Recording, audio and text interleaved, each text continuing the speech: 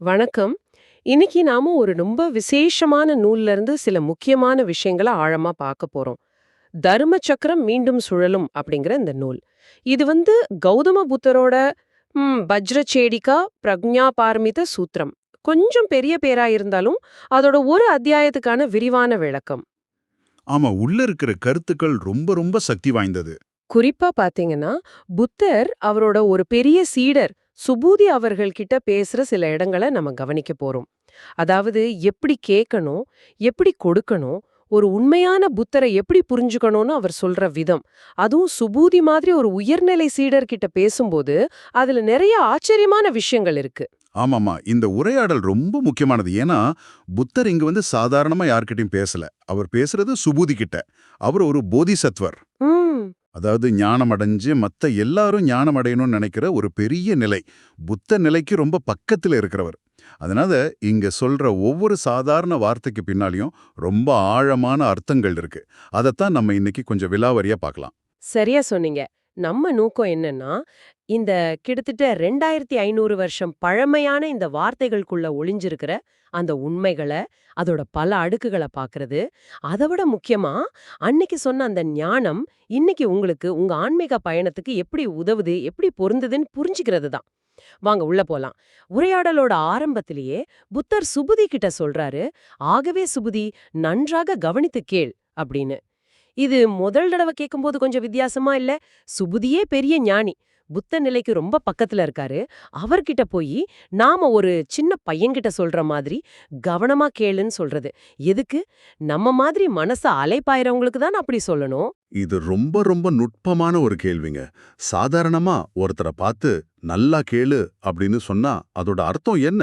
உங்க சொந்த கருத்து, முன்னாடி கத்துக்கிட்டது அதெல்லாம் ஓரம் வச்சுட்டு மனச காலியா வச்சுக்கிட்டு திறந்த மனசோட கேட்கணும்.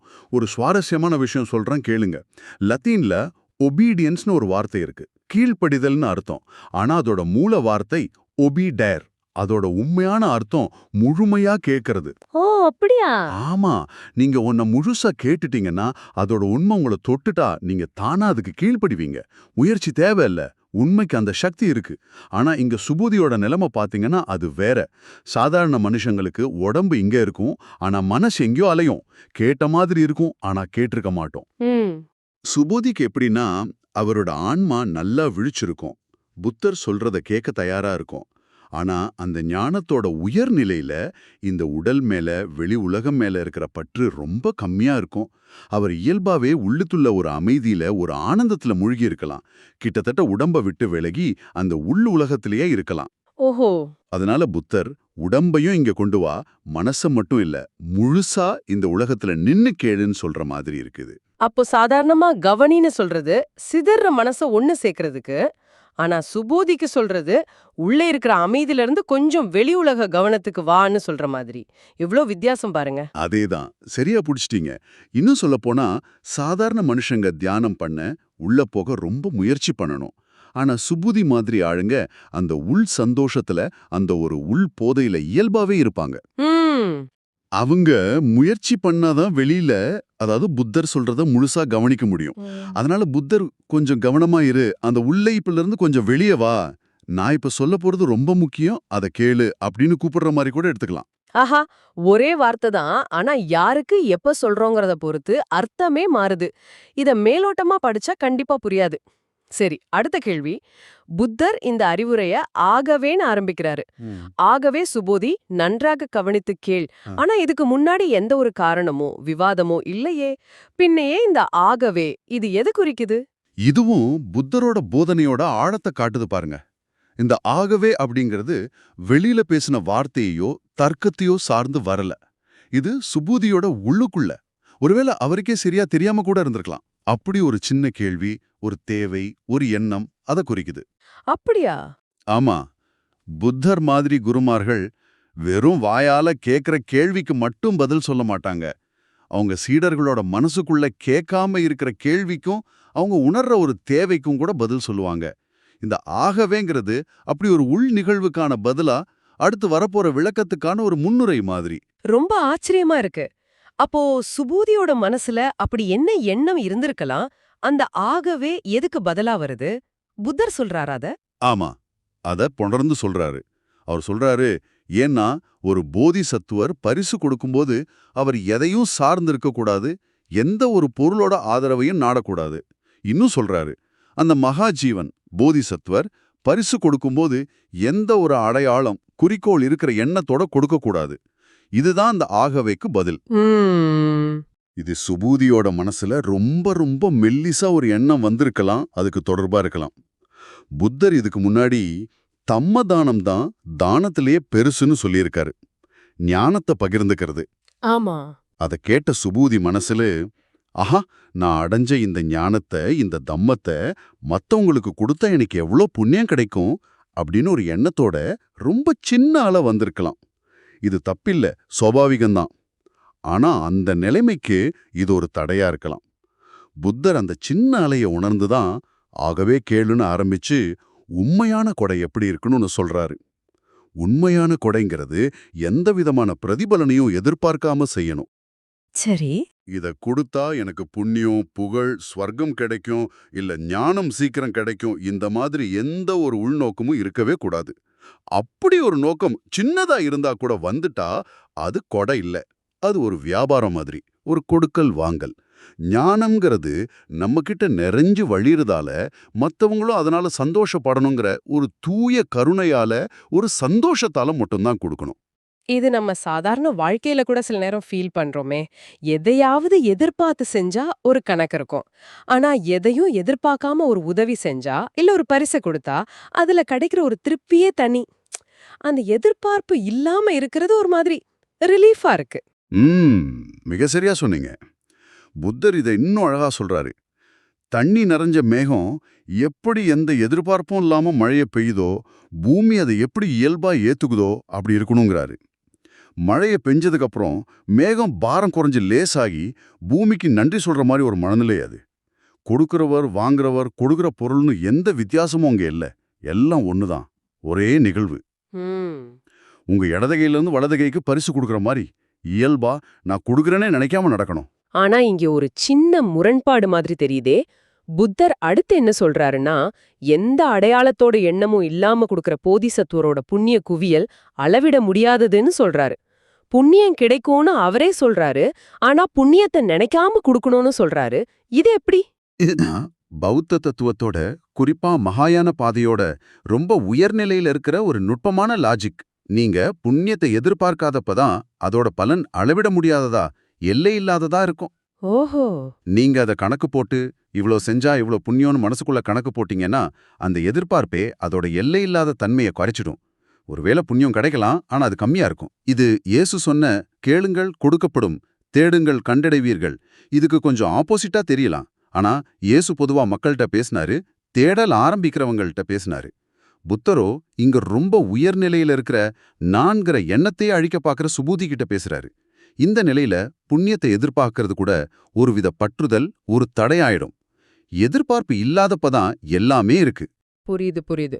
கொடை பத்தின இந்த ஆழமான விளக்கத்துக்கு அப்புறம் புத்தர் திடீர்னு வேற ஒரு டாபிக்கு போற மாதிரி தெரியுது. அவர் சுபூதி கிட்ட கேக்குறாரு, சுபூதி ததாகதர, அதாவது புத்தர அவரோட அடையாளங்களை வச்சு பார்க்க முடியுமா அப்படின்னு. பொதுவா புத்த மத நூல்கள்ல புத்தருக்கு 32 மகாபுருஷ லட்சணங்கள், அதாவது பெரிய மனுஷங்களுக்குரிய உடம்புல சில அடையாளங்கள் இருக்குன்னு சொல்றாங்களே, அதை வச்சு புத்தர் அறிய முடியாதா? சுபூதியோட பதில் ரொம்ப ஆழமானதுங்க. அவர் உடனே இல்ல பகவானே முடியாதுன்னு சொல்றாரு.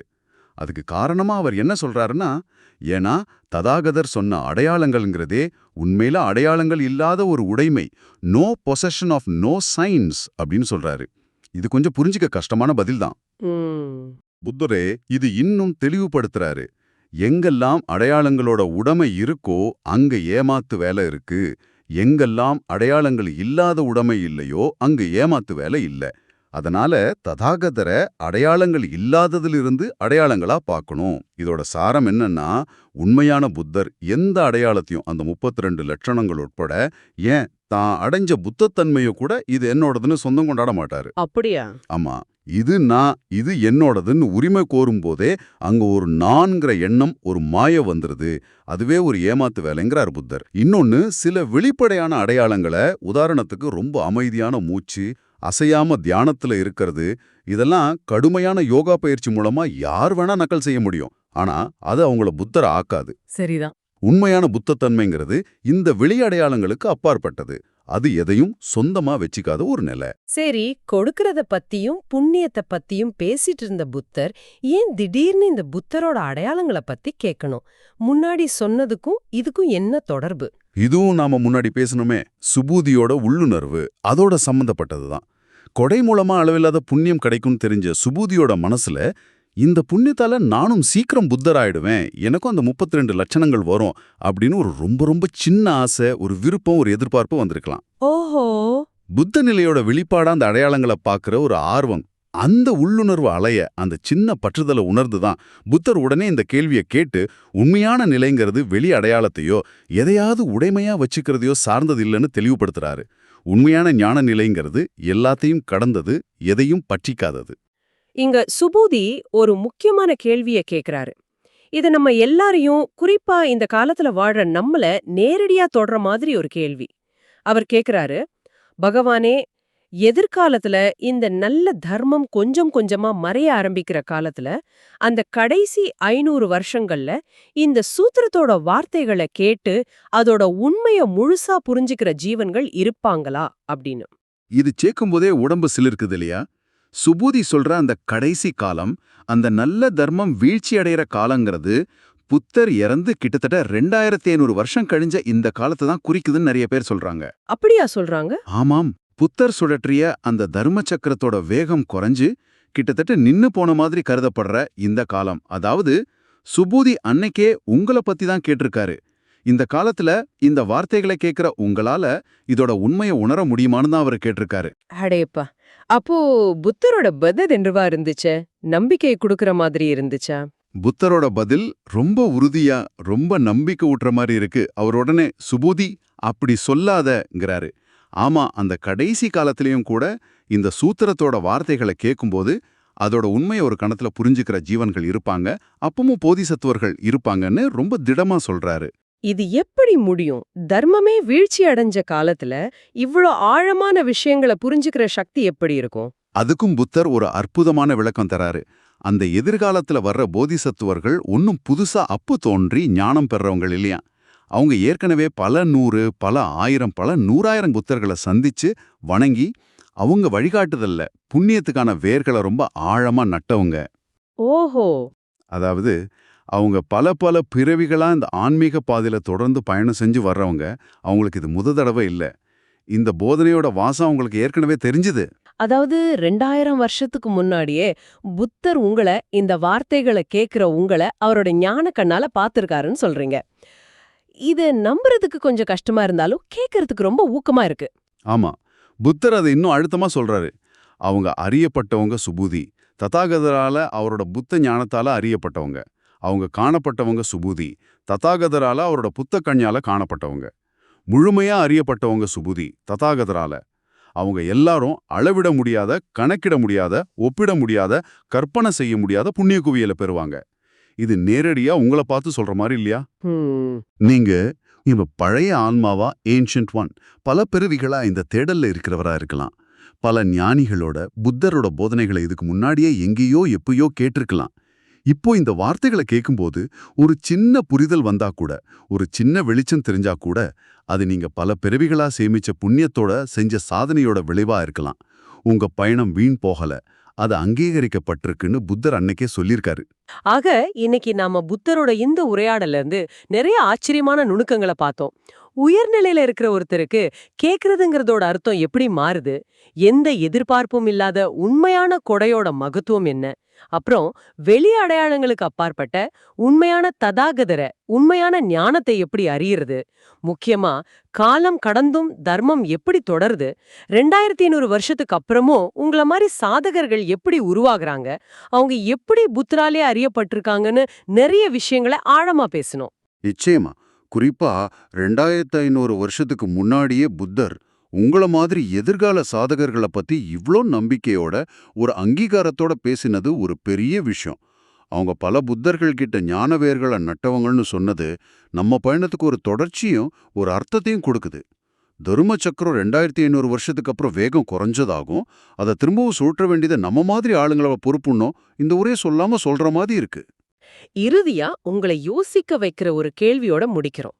உண்மையான கொடையில கொடுக்கிறவர் வாங்குறவர் பரிசுன்னு எந்த வேறுபாடும் இருக்கக்கூடாதுன்னா, உண்மையான ததாகதர் எந்த அடையாளத்தையும் ஏன் புத்தத்தன்மைய கூட என்னோடதுன்னு சொந்தம் கொண்டாடலன்னா, இன்னைக்கு இந்த பாதையில போயிட்டு இருக்க உங்களுக்கு ஞானத்தை அடையிறது, அறிவை சேகரிக்கிறது, ஒரு நிலைய சொந்தமாக்கிக்கிறது, இது உண்மையில என்ன அர்த்தத்தை கொடுக்குது? இத பத்தி யோசிச்சு பாருங்க.